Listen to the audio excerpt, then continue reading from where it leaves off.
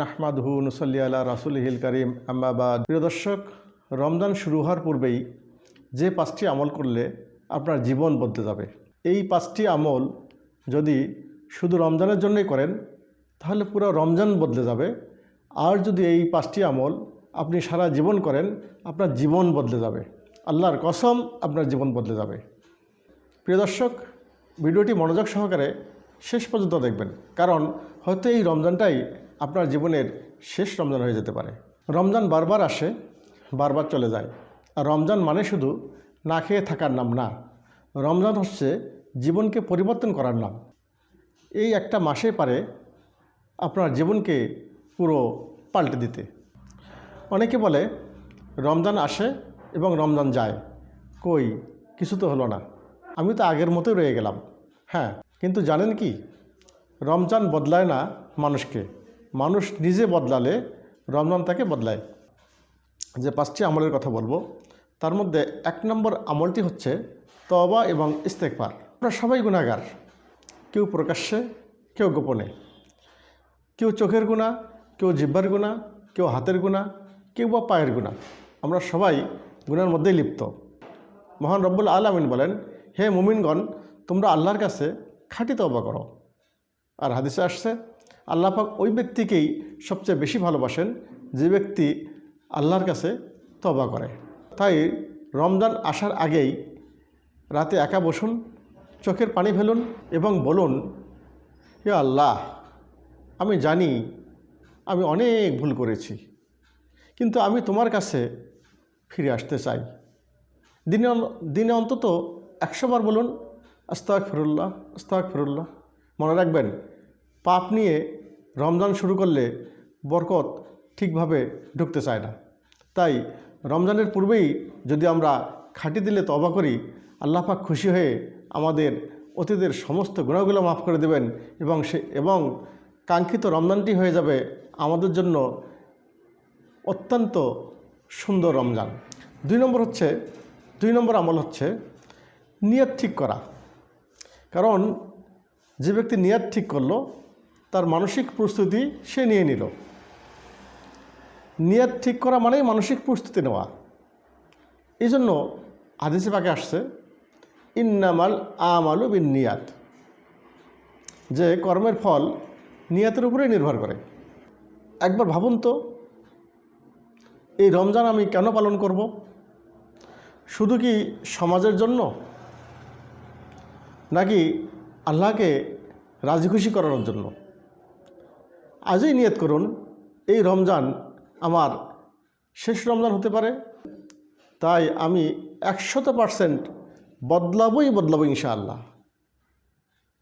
একটা কাগজে লিখে ফেলুন কোন কোন গুনাহগুলো ছেড়ে দেবেন, কোন কোন আমলগুলো ধরবেন। কারণ যার নিয়ত পরিষ্কার, তার রমজানও পরিষ্কার হবে ইনশাআল্লাহ। 3 নম্বর আমল হচ্ছে কোরআনের সাথে সম্পর্ক তৈরি করা। কারণ রমজান মাস হচ্ছে কোরআন নাজিলের মাস। অনেকেই এই রমজানকে কোরআনের মাস বলে থাকেন। তাই আজ থেকেই শুরু করুন, দিনে অন্তত 1 পৃষ্ঠা হলেও পড়ুন এবং অর্থ বুঝে বুঝে পড়ার চেষ্টা করুন।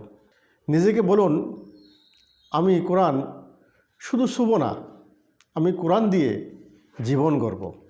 এভাবে রমজান আসার আগে যদি আপনি কোরআন খোলেন, কোরআনও আপনার দিলকে খুলে দেবেন ইনশাআল্লাহ। 4 নম্বর হচ্ছে নামাজ ঠিক করা।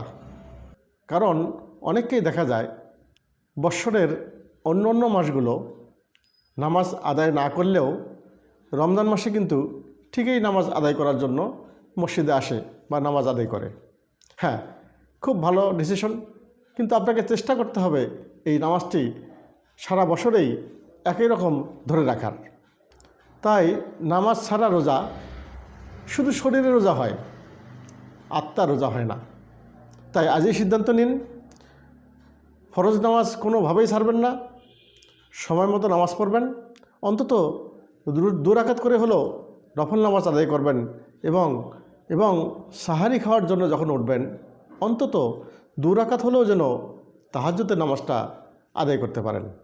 নামাজ ঠিক হলে লাইলাতুল কদর সহজ হবে এবং লাইলাতুল কদরে দোয়া কবুলের দরজা আল্লাহ পাক খুলে দেবেন। 5 নম্বর আমল হচ্ছে মানুষের হক আদায় করা ও সম্পর্ক ঠিক রাখা। মানুষের হক আদায় করা, কার সাথে কথা বন্ধ আছে কথা চালু করবেন, কার সাথে ঝগড়া আছে ঝগড়া বিবাদ মিটাই ফেলবেন, কার টাকা বাকি আছে চেষ্টা করবেন পরিশোধ করে দিতে।